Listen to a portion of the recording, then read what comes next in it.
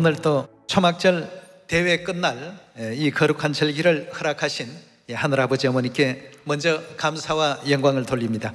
절기 축복 많이 받으시고 성령 축복 많이 받길 바랍니다. 오늘 여러분과 더불어서 하나님의 초막절 끝날에 허락해 주실 하나님의 성령 축복에 대해서 말씀 함께 보시겠습니다.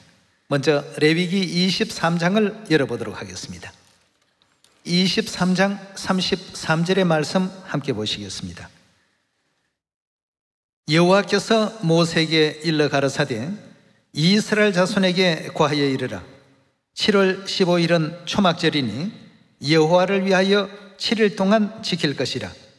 첫날에는 성회가 있을지니 너희는 아무 노동도 하지 말지며 7일 동안 너희는 화제를 여호와께 드릴 것이요 제8일에도 바로 오늘입니다. 너희에게 성회가 있을 것이며 화제를 여호와께 드릴지니 이는 거룩한 대회라. 너희는 아무 노동도 하지 말지니라 하였습니다. 초막절은 첫날과 끝날이 굉장히 참 중요한 날로서 구약에도 그렇게 언급이 되어 있는데요, 신약에 와서 실물과 또 그림자의 그 관계 속에 등장하는 초막절 끝날에 대한 예언을 한번 살펴보도록 하겠습니다. 요한복음 7장 1절의 말씀 같이 보시겠습니다. 이후에 예수께서 갈릴리에 다니시고 유대에 다니려 아니하심은 유대인들이 죽이려 함이더라. 유대인의 명절인 무슨 절기라고 했습니까? 14절로 넘어가 보시면 이미 명절의 중간이 되어 하는 것은 초막절 명절의 중간이 되었다고 했습니다. 그 다음 37절로 넘어가겠습니다. 37절의 말씀 보시면 명절 끝날, 바로 오늘입니다. 명절 끝날 곧 큰날에 예수께서 서서 외쳐 가라사대 누구든지 목마르거든 내게로 와서 마시라. 나를 믿는 자는 성경의 이름과 같이 그 배에서 생수의 강이 흘러나리라 하시니 이는 그를 믿는 자에 받을 성령을 가리켜 말씀하신 것이라. 여기 지금 요한복음 7장 37절에 보니까 초막절 끝날에 예수님께서 누구든지 목마르거든 내게로 와서 마시라고 이렇게 말씀을 하셨는데요, 초림 당시에는 아직까지 성령의 그 신부께서 등장하는 예언의 시기가 아니다 보니까 아버지 홀로 이 땅에 오셔서 누구든지 목마르거든 내게로 나와서 생수를 받으라고 이렇게 말씀을 주셨는데, 요한계시록에 보면 이제 성령과 신부께서 누구든지 내게로 나와서 마시라는 말씀이 또 계시지 않습니까? 우리 한번 그 내용도 한번 보도록 하겠습니다. 요한계시록 22장 17절의 말씀 보겠습니다. 성령과 신부가 말씀하시기를 오라 하시는도다. 듣는 자도 오라 할 것이요 목마른 자도 올 것이요 또 원하는 자는 값없이 생명수를 받으라 하시더라 하고 했습니다.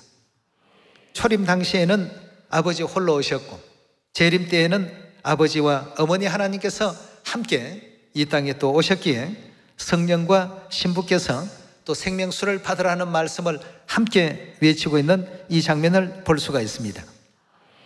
이사야 우리 55장 열어보겠습니다. 55장 1절의 말씀 보시면 너희 목마른 자들아 물로 나오라. 돈 없는 자도 오라. 너희는 와서 사 먹되 돈 없이 값 없이 와서 포도주와 젖을 사라. 너희가 어찌 양식 아닌 것을 위하여 은을 달아주며 배부르게 못할 것을 위하여 수고하느냐. 나를 청종하라. 그리하면 너희가 좋은 것을 먹을 것이며 너희 마음이 기름진 것으로 즐거움을 얻으리라. 너희는 귀를 기울이고 내게 나와 들으라. 그리하면 너희 영혼이 살리라. 내가 너희에게 영원한 언약을 세우리니 곧 다윗에게 허락한 확실한 은혜니라 하고 했습니다. 이사야 55장에도 보니까 생명수 물로 나오라고 외치시는 분은 오직 하나님이셨습니다. 요한복음 7장 37절에도 누구든지 목마르거든 내게로 와서 생명수를 받으라. 요한계시록 22장에도 성령과 신부께서 누구든지 내게로 나와서 값없이 생명수를 받으라. 이렇게 생명수로 나오라고 외치시는 분은 하나님 외에는 아니 계셨습니다. 하나님만이 생명수를 우리 자녀들에게 줄 수 있다는 뜻 아니겠습니까? 요한계시록 우리 21장에도 계속 살펴보도록 합시다. 21장 5절의 말씀 같이 보겠습니다. 보좌에 앉으신 이가 가라사대 보라 내가 만물을 새롭게 하노라 하시고 또 가라사대 이 말은 신실하고 참되니 기록하라 하시고 또 내게 말씀하시되 이루었도다 나는 알파와 오메가요 처음과 나중이라 내가 생명수 샘물로 목마른 자에게 값없이 주리니라고 하셨습니다. 여기도 지금 생명수 주시는 분이 누구라고 되어 있습니까? 알파와 오메가이신 우리 하나님, 처음과 나중이신 우리 하나님. 그렇죠? 예, 결국 생명수를 주시는 분은 하나님이십니다. 결코 우리 성도들이 될 수가 없고 오직 하나님께서 생명수를 온 인류 인생들에게 허락하신다는 것을 성경은 우리에게 언급하고 있고 알려주고 있습니다. 그렇다면 요한계시록 22장 17절에 생명수를 주시는 성령과 신부, 성령도 하나님이시요 신부도 누구십니까? 예, 우리의 어머니 하나님이시죠. 아버지 하나님, 어머니 하나님이 아니시고는 생명수를 인류 인생들에게 허락하실 수 있도록 예언되어 있지 않습니다.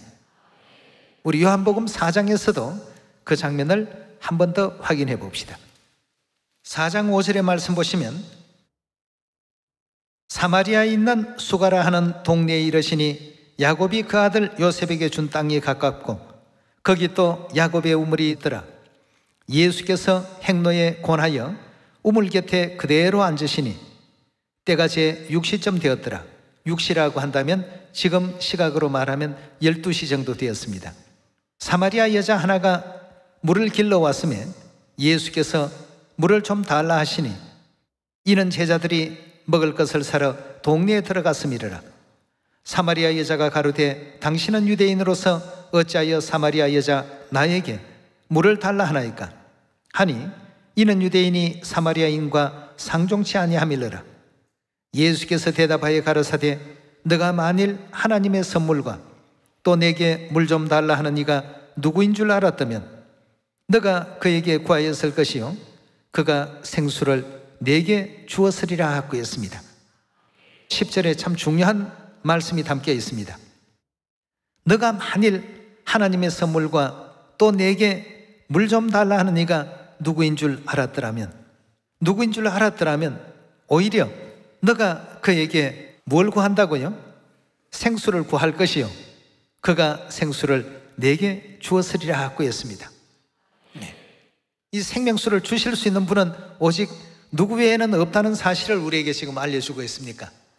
하나님 외에는 주실 수 없다는 사실을 우리에게 일깨워주고 계신데 요한계시록 22장 17절에는 특이하게 성령과 신부께서 생명수를 주시더라고 하셨으니 거기에 등장하는 성령과 신부는 틀림없는 우리의 하나님이 분명하지 않습니까?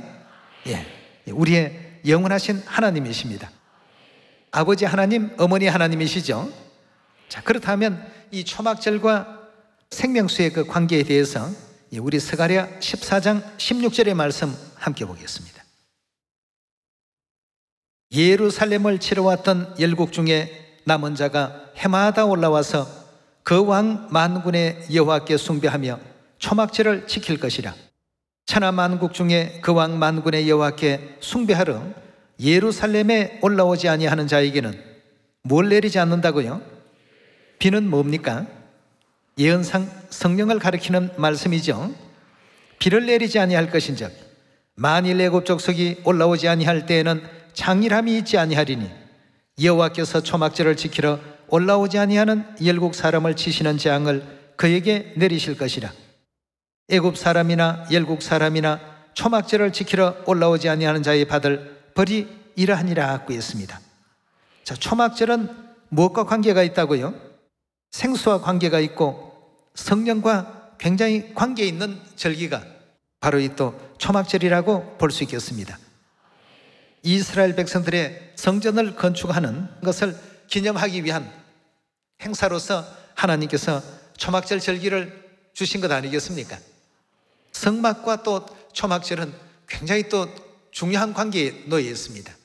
자, 그렇다면 생수와 성소와 초막절 이 세 가지의 어떤 어우러진 내용을 에스겔 47장에서 한 번 더 확인해 보도록 합시다. 47장 1절의 말씀 봅니다. 그가 나를 데리고 전문에 이르시니 전의 전면이 동을 향하였는데 그 문지방 밑에 물이 나와서 동으로 흐르다가 전 우편 제단 남편으로 흘러내리더라고 했습니다. 자, 여기 지금 보니까 성전에서 물이 흘러나더라고 이렇게 설명하고 있습니다. 여기까지 읽어보면 이 물에 대한 정체를 알 수가 없습니다. 근데 그 뒤로 계속 살펴보면 바로 생명수가 성전에서 흘러나더라 하는 말씀이죠. 2절에 계속 봅니다.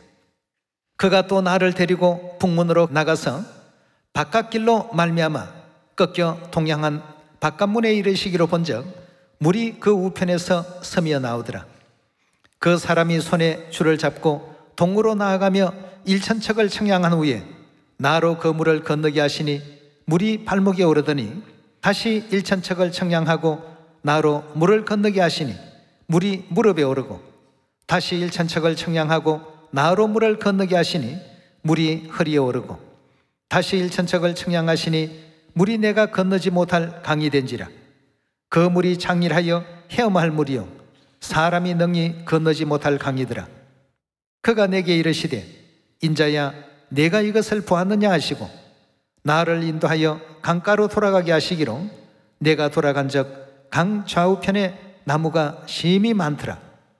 그가 내게 이르시되 이 물이 동방으로 향하여 흘러 아라바로 내려가서 바다에 이르리니 이 흘러내리는 물로 그 바닷물이 소성함을 얻을지라. 이 강물이 이르는 곳마다 번성하는 모든 생물이 살고 또 고기가 심히 많으리니 이 물이 흘러 들어가므로 바닷물이 소성함을 얻겠고 이 강이 이르는 각처의 모든 것이 어떻게 된다고 했습니까? 그렇다면 이 물은 도대체 어떤 물입니까? 흘러 들어가기만 하면 모든 것이 전부 살아나니까 이 물은 생명수의 물 아니겠습니까? 그렇다면 여기서 말하는 이 강의 이름은 또 무엇이겠습니까? 생명수의 강이죠. 이 강이 이르는 각처의 모든 것이 살 것이며 10절입니다. 또 이 강가에 어부가 설 것이니 엔게디에서부터 에네글라임까지 그물치는 곳이 될 것이라. 그 고기가 각기 종류를 따라 큰 바다의 고기같이 심히 많으려니와 그 진펄과 개펄은 소성되지 못하고 소금 땅이 될 것이며 강 좌우가에 각종 먹을 실과나무가 자라서 그 잎이 시들지 아니하며 실과가 끊치지 아니하고 달마다 새 실과를 맺으리니 그 물이 어디에서 나왔다고 했습니까? 이 물이 나오는 그 근원지가 바로 성소로 말미암아 나옴이라. 그 실과는 먹을 만하고 그 잎사귀는 약재료가 되리라고 했습니다. 인류를 다 살려내는 이 생명수, 이것이 어디에서부터 시작이 됐냐 하면 바로 성소에서부터 이 물이 흘러나더라고 이렇게 알려주신 대목을 볼 수 있습니다. 여기에 지금 생명수로 말미암아서 흘러들어가는 곳곳마다 죽어있던 인류가 전부 다 살아남을 얻더라고 했습니다. 에스겔 47장에서는 바로 성소로부터 이 물이 흘러나더라고 했는데 하나님께서 이 문제에 대한 어떤 중요한 단서를 이제 제공을 하십니다. 스가랴 14장을 한번 열어보도록 합시다.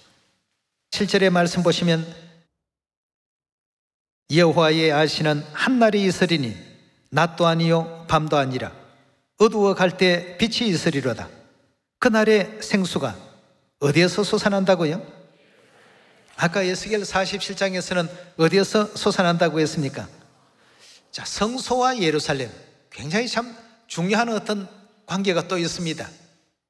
다 같은 말씀인데 성소에 대한 어떤 정체를 하나님께서 드러내시기 위해서 14장 8절에 그날의 생수가, 생수하면 생명수지요, 예루살렘에서 솟아나서 절반은 동해로 절반은 서해로 흐를 것이라.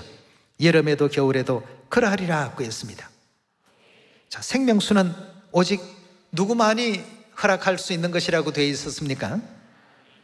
그런데 이 생수의 근원이 어디였다고 했습니까? 예루살렘이 생수의 근원이었다고 했습니다. 자, 그렇다면 이 생수의 근원인 예루살렘을 우리가 찾아가 보지 않을 수가 없겠죠.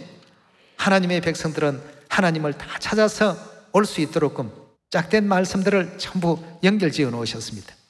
갈라디아서 4장 26절의 말씀 보겠습니다. 오직 위에 있는 예루살렘은, 아까 생수가 솟아나는 곳이 어디라고 했죠? 예. 근데 26절에 보니까 오직 위에 있는 예루살렘은 자유자니 누구시라고요? 예. 우리에게는 틀림없이 어머니 하나님이 계셔야 된다는 사실을 일깨워주고 계십니다. 예. 그래서 아버지 하나님께서도 호세아 6장의 장면을 통해서 너전비 성령을 받을 수 있는 조건은 하나님을 알아야 된다고 했습니다. 하나님을 알 때 아버지도 물론 알아야 되겠지만 누구도 알아야 됩니까? 어머니 하나님을 영접하고 받아들이게 될 때 삶의 길로 모든 인류가 나아올 수 있는 것입니다. 예. 심령이 가라고 곤고하고 힘들고 피곤하고 이랬던 모든 자들이 누구에게 다 나아가서 위로와 안식을 받아야 되겠습니까? 예. 예루살렘 하늘어머니께 나아와서 하늘어머니를 통해서 모두가 위로를 받고 또 평화를 누리고 안식을 누리라 하는 예언의 말씀이 또 이사야서에 기록되어 있지 않습니까? 66장 10절입니다. 예루살렘을 사랑하는 자여, 즉 예루살렘 누구죠? 우리 하늘 어머니, 어머니를 사랑하는 자여, 다 그와 함께 기뻐하라. 다 그와 함께 즐거워하라. 그를 위하여 슬퍼하는 자여, 다 그의 기쁨을 인하여 그와 함께 기뻐하라. 너희가 젖을 빠는 것 같이 그 위로하는 품에서 만족하겠고 젖을 넉넉히 빤 것 같이 그 영광의 풍성함을 인하여 즐거워하리라. 위로의 장소가 바로 어디라고 했습니까? 예루살렘입니다. 그래서 육적 이스라엘 백성들은 어떤 어려운 일이나 나라에 힘든 일이 발생이 되면 항상 예루살렘을 향해서 기도하고 또 예루살렘으로 나와서 예배하고 그런 어떤 생활들을 수천 년 동안 지속해왔던 역사를 우리가 살필 수 있죠. 12절의 말씀 보겠습니다. 여호와께서 이같이 말씀하시되 보라 내가 그에게 평강을 강같이 그에게 열방의 영광을 넘치는 시내같이 주리니 너희가 그 젖을 빨 것이며 너희가 옆에 안기며 그 무릎에서 놓을 것이라. 어미가 자식을 위로한 같이 내가 너희를 위로할 것인즉 너희가 예루살렘에서 위로를 받으리니 너희가 이를 보고 마음이 기뻐서 너희 뼈가 연한 풀의 무성함 같으리라. 여호와의 손은 그 종들에게 나타나겠고 그의 진노는 그 원수에게 더하리라 고 했습니다. 이와 같이 하늘 어머니를 이제 이해하고 발견하게 되었을 때 우리 자녀들이 영원히 죽을 수밖에 없었던 처지에서 생명의 모든 역사 가운데로 올바르게 이제 나아갈 수 있는 것입니다. 오늘날 이 지상 세계에 수많은 사람들이 어머니 하나님을 알아보지 못하고 생명수의 그 근원이 되는 그 하나님을 올바르게 알아보지 못하고 찾지도 못하고 있는 그러한 입장 가운데 있습니다만 시온의 모든 자녀에게는 어머니 하나님을 발견케 했습니다. 그렇다면 주신 이 모든 것을 사마리아 땅 끝까지 많은 사람들에게 함께 또 나누어야 되겠습니다. 그 나누는 일을 전도라는 이 내용을 통해서 성령을 나누어주는, 쉽게 말하면 아버지의 그 가르침 가운데 성령운동이라는 표현이 나오는데요, 그 성령운동을 지금 우리가 전개하고 있는 것입니다. 하늘어머니를 알게 해서 하늘어머니 품으로 돌아올 수 있도록끔 인도만 한다면, 생명수가 그 마음에 닿기만 하면 어떻습니까? 모든 생물이 다 살아나더라고 되어 있지 않습니까? 그렇다면 이 성전에 대한 문제도 우리가 이해하고 넘어갈 필요가 있겠습니다. 성전은 크게 둘입니다. 겉에서 보면 하나로 되어 있습니다만 안에 들어가게 되면 둘로 나눠져 있습니다. 앞칸은 성소라고 하고 뒷칸은 지극히 거룩하다는 뜻에서 지성소라고 이렇게 표현을 하고 있습니다. 그래서 영문 성경에도 보면 Most Holy Place라고 이렇게 표현되어 있습니다.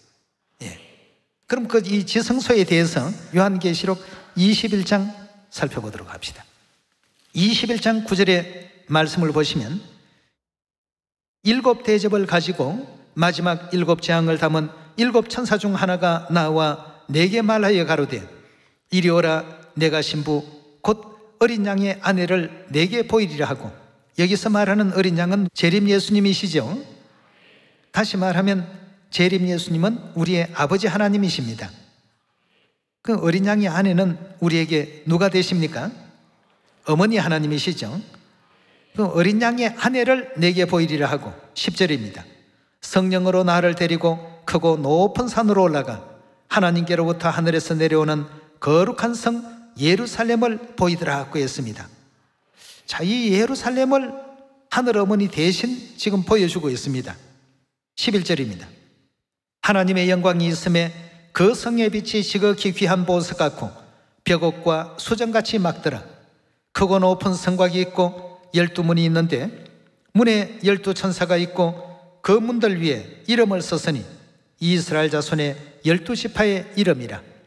동편의 세 문, 북편의 세 문, 남편의 세 문, 서편의 세 문이니 그 성의 성곽은 12 기초석이 있고 그 위에 어린 양의 12사도의 12 이름이 있더라. 내게 말하는 자가 그 성과 그 문들과 성곽을 청량하려고 금갈대를 가졌더라. 그 성은 네모가 반듯하며 장광이 같은지라. 그 갈대로 그 성곽을 청량하니 12,000 스타디온이요. 뭐가 같으라고요? 장과 광과 고가 같으라 하고 했습니다. 네. 하늘에서 내려오는 어린 양의 안에 신부를 보이겠다 하고 보여준 모습이 장, 광, 고가 똑같은 예루살렘의 그 모습을 천사가 사도 요한에게 보여주었던 것입니다.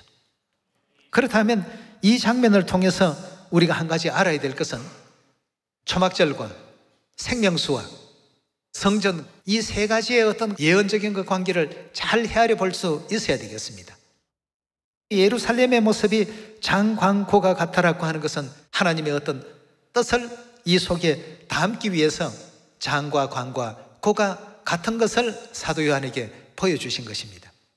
자, 그렇다면 열왕기상 우리 6장에서 그 내용을 한번 찾아보도록 합시다. 6장 14절입니다. 솔로몬이 전 건축하기를 마치고, 전하는 것은 성전이죠. 15절의 말씀 보시면 백향목 널판으로 전의 암벽 곧 마루에서 천장까지와 벽에 입히고 또 잣나무 널판으로 전 마루를 놓고 또 전 뒤편에서부터 20규빗 되는 곳에 마루에서 천장까지 백향목 널판으로 가로막아 전의 내소 곧 지성소를 만들었으며 내소 앞에 있는 외소, 밖에 있다고 해서 외소라고 하고 더 깊은 안쪽에 있다고 해서 내소라고 합니다.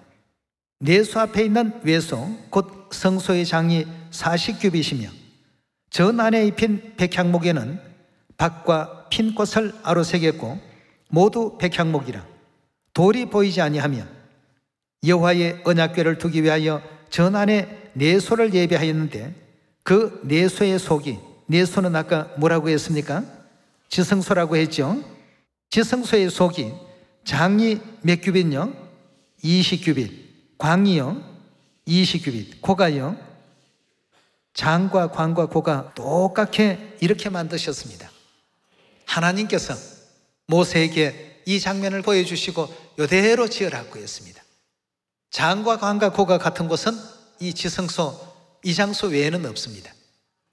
근데 그 장소가 요한계시록 21장에 사도 요한에게 보여주실 때 누구로 보여주시고 누구로 나타냈습니까? 예루살렘으로 나타냈고 그 예루살렘은 갈라디아 4장에서 보니까 누구라고 했습니까? 거룩한 곳 중에도 가장 거룩한 장소가 지성소라고 했습니다. 네. 아버지께서 왜 나는 어머니를 따른다라고 하셨을까? 우리 한번 생각해 볼 필요가 있지 않습니까? 엘리사는 엘리야를 따르고 여호수아는 모세를 따르고 베드로는 예수님을 따르고 나는 어머니를 따른다. 왜 그런 말씀이 계셨나 하는 것을 오늘 이 시간을 통해서 다시 한번 생각하시고 이제 우리도 어머니를 따르겠습니다 하는 이런 믿음 속에서 마지막까지 어머니 모시고 사마리아 땅끝까지 이 복음을 완성시키고 영원한 천국에 이를 수 있는 우리 모두가 되어야 되겠습니다. 어머니의 진리가 전해지는 곳곳마다 모든 생명체들이 어찌 된다고 했습니까? 다 살아난다고 했습니다. 그래서 오늘 여러분과 저는 이 초막절을 통해서 한 가지 꼭 깨우쳐야 될 것이 생명수의 그 근원지가 어디인가? 좀 전에 에스겔 47장에 보니까 생명수의 근원지가 성소였다고 했는데 전체로 얘기할 때 성소라고 얘기합니다. 그러나 세부적으로 얘기할 때는 앞칸은 성소라고 하고 뒷칸은 성소 중에도 지극히 거룩한 장소라고 해서 지성소라고 표현합니다. 그 지성소에 들어가야지만 거기에 생명과가 있습니다. 언약궤가 있고 거룩천사가 있고, 거룩천사가 있다는 의미는 뭘 의미한다고 했습니까? 그 속에 생명과가 있다는 것을 뜻하고 있는 것입니다. 생명과가 있는 장소가 지성소입니다. 그래서 대제사장이 지성소에 1년에 한 번 외에는 결단코 들어갈 수 없습니다. 그만큼 거룩하게 성별된 곳이 바로 이 지성소라는 이 사실을 생각할 때 우리가 영적으로 우리 하늘아버지, 하늘어머니를 어떻게 이해하고 어떻게 또 경외해야 되고 어떻게 모셔야 될까를 다시 한번 생각해 볼 수 있는 대목이 아니겠습니까? 오늘 이 초막절 늦은비 성령을 하나님께서 많이 허락하셨습니다만 이 성령은 하늘어머니를 깨닫지 못하는 가운데서는 100번 초막절을 지킨다 하더라도 의미가 없습니다. 이 초막절을 지키는 자녀들에게 생수의 근원 되시는 하늘어머니를 일깨워 주시고 나도 어머니를 따른다라고 말씀하신 그 아버지의 가르침 지원의 모든 자녀들에게 왜 그런 가르침이 계셨는가를 오늘 이 시간 다시 한번 또 상기해 보시면서 생명수 주시는 성령과 신부께서 어디로 인도하시든지 끝까지 따름의 도를 다할 수 있는 우리 모두가 됩시다. 아버지 어머니 성령의 축복 우리 시원의 자녀들에게 다 허락해 주시고 아름다운 또 성령의 열매를 허락해 주시기를 다시 한번 간구드리면서 오늘 말씀 마치도록 하겠습니다. 감사합니다.